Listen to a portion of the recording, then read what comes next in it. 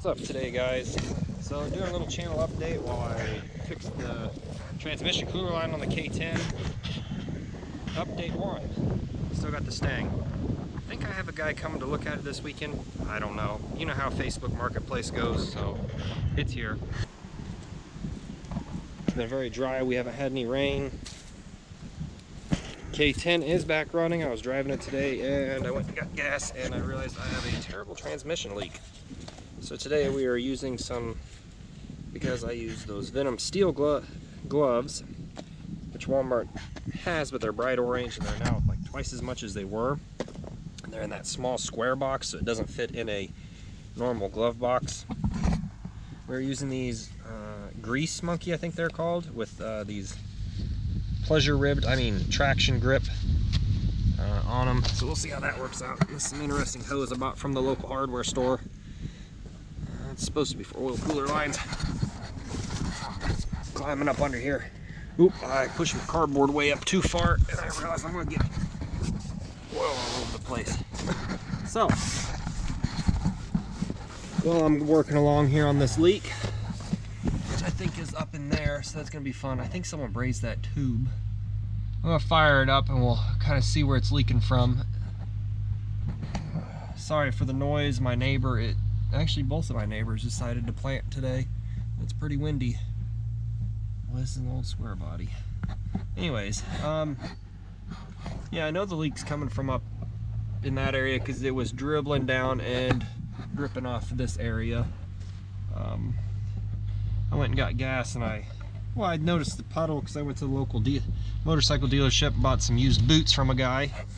Hopefully for Florence. I'd like to race at Florence again, if not a little bit more. I guess another local place is having a hare scramble of some sort, so I might give that a go. Definitely not on those CL200, but I do need to get the poor little KD going. Found out I couldn't get any parts there. They said it's kind of a weird model. I kind of knew that, and he also said that he has no idea where I could get them. He doesn't know of any spares. He has a little bike boneyard and he didn't have any, I should say. So, here we are. I do have a lead on another bike. I may buy it if I can't get the KD going. It's a trials bike. I'm not going to tell you what it is, but it is a trials bike. If he still has it and he's willing to let it go, I'll probably buy it and then run that. It's smaller, 125, so that may just gave it away. But all right, so let's fire up the old K10 and we'll come back down here and see where we're leaking. As you can see, it's pretty oh wow, it's probably 2. Well, that makes it easy to figure out where it's at because it is just dribbling. So you can imagine me trying to drive home how spooked I was. All right, well, I'm going to shut it off and we'll not try to drain out. So as far as the Chevy 2, what that is, that's where it's brazed. All right, well, that's easy. I'll have to figure out how I'm going to unclip it, then cut it here. How warm is everything? It's still pretty warm. I don't like messing with warm fluids because it always burns. It's in a tight spot too. Maybe I can get it from the other side. Let me rearrange my setup here. All right, so I got the camera kind of set up here. I'm gonna have to move around back to where I was because I realized you wouldn't be able to see what I'm doing. All right. Gotta park next to the walnut tree so I get a free little massage while I do this. Okay. Let's climb down here and see what's up. All right, so if you've never replaced one of these, as you can see, I've done one already on here.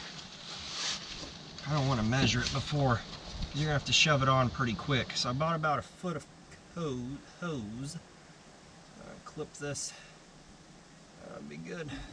Leave me a little bit for extra repairs.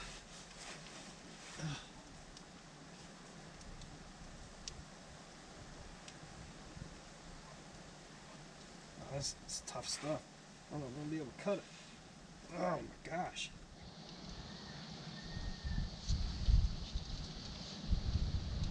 Oh. There, I just need stronger pliers. Sharper pliers. Cutters. My Wiss hose cutters aren't that good. Alright, so I got it prepped. Let's see how far I can back these off so it can it's going to expand a little bit.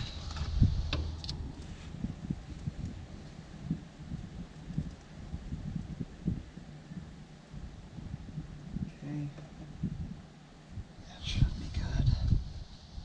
I'm just trying to get my hoses set up and ready, because when you do this it makes a big mess, and if you work quick you don't make as big as mess. As big as, a new word. Alright, I got the hose ready. Better put it where I can find it. Screwdriver ready. Screwdriver's kind of the least important part about this. Getting the hose on is the trickier part. Sometimes the hose doesn't want to go on because the hose may be too small. Lord, I hope that'll fit. Alright, so I'm going to have to do 2 cuts because this bad boy's got 2. Oh, I wish the transmission line would come out a little bit further, but it won't. So, you might only be able to see much of that battery cable there.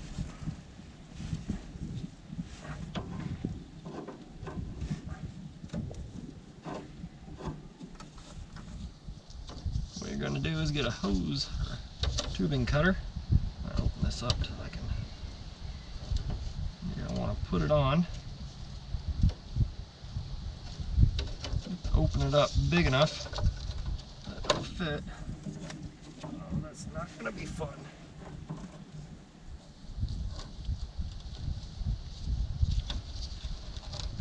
Usually, I don't quite know what I'm catching up on up here.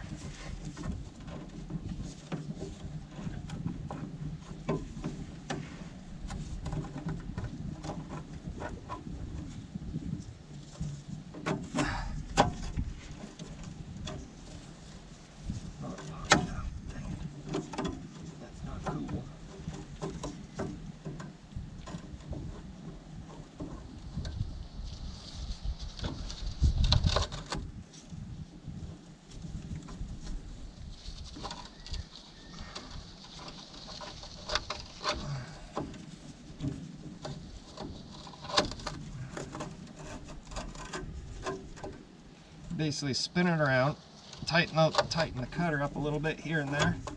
You just keep spinning it.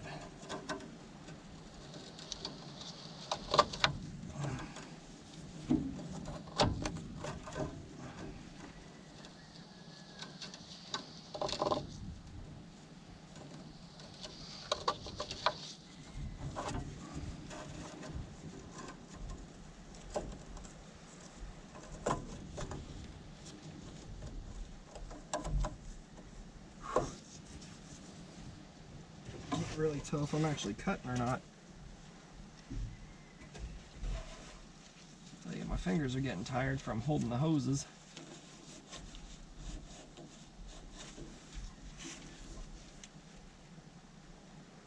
I don't know that if I'm actually cutting or not.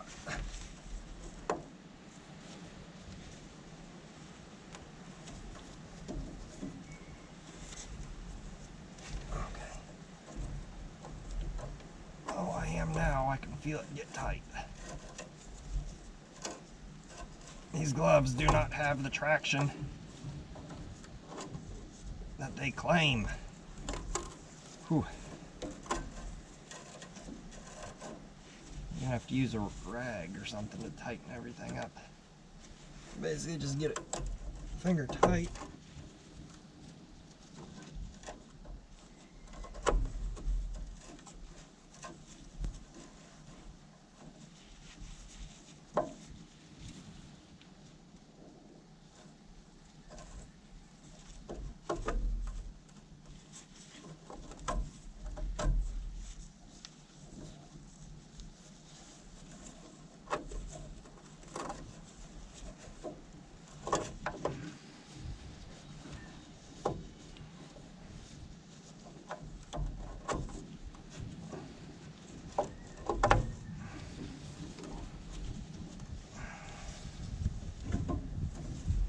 Biggest problem I have here is that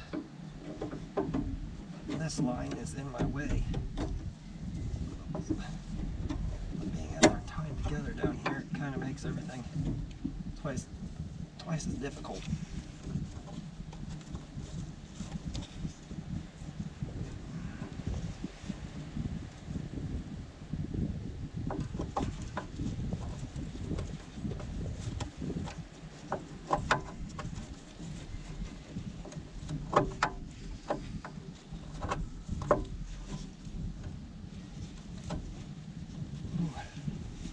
Hopefully this thing isn't super dull.